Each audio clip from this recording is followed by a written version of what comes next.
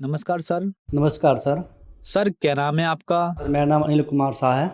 अनिल जी आप कहाँ से हैं? सर हम अररिया जिला बिहार से हैं सर। अनिल जी, संत रामपाल जी महाराज से नाम दीक्षा आपने कब ली? सर 2013 को ली। संत रामपाल जी महाराज से नाम दीक्षा लेने से पहले आप क्या भक्ति साधनाएं किया करते थे? सर मैं बजरंगबली का, शंकर जी का और अनेकों देवी देवता का साधना करता था। तो फिर संत रामपाल जी महाराज की शरण में आप कैसे आए?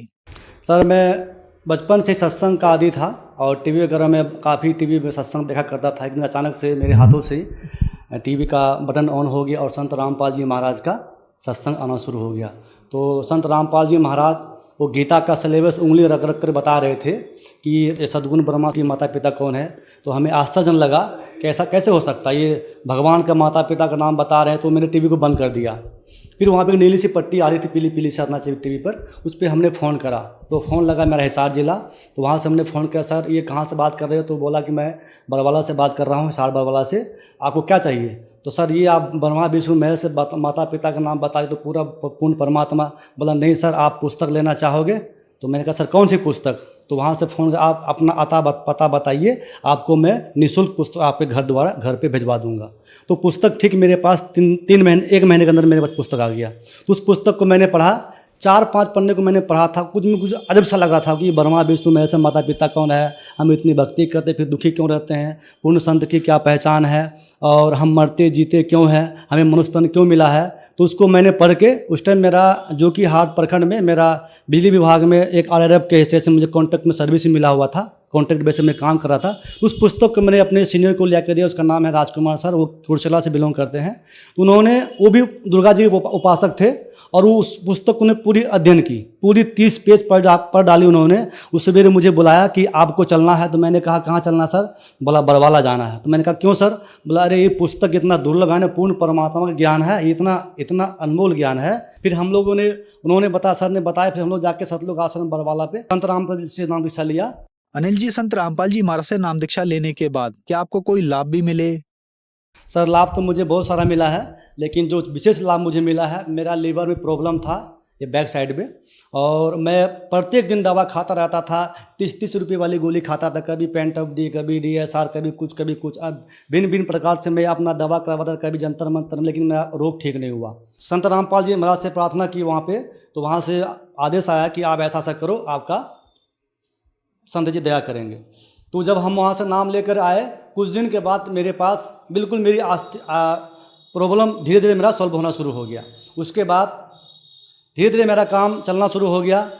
फिर दोबारा जब वहाँ पे लगी पेशी, जब हम पेशी में गए थे, उसके बाद फिर मेरा वहाँ से संपर्क टूट गया, क्योंकि वहाँ पे ऐसे घटना ऐसे घट गई थी जिस कारण से हमें पेशी में नहीं जा पाया और संत जी से हम दूर हो गए।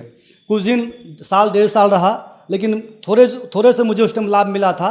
1.5-2 साल के बाद जब संत जी से दर्शन नहीं हुए, उनसे बात नहीं हुई, कोई संपर्क नहीं हो पाया, तो मैं भक्ति से दूर हो गया। बस फिर वैसे मैं करने लगा जैसे पहले करता था, लेकिन मुझे दुख ज़्यादा ही घिरना शुरू हो गया।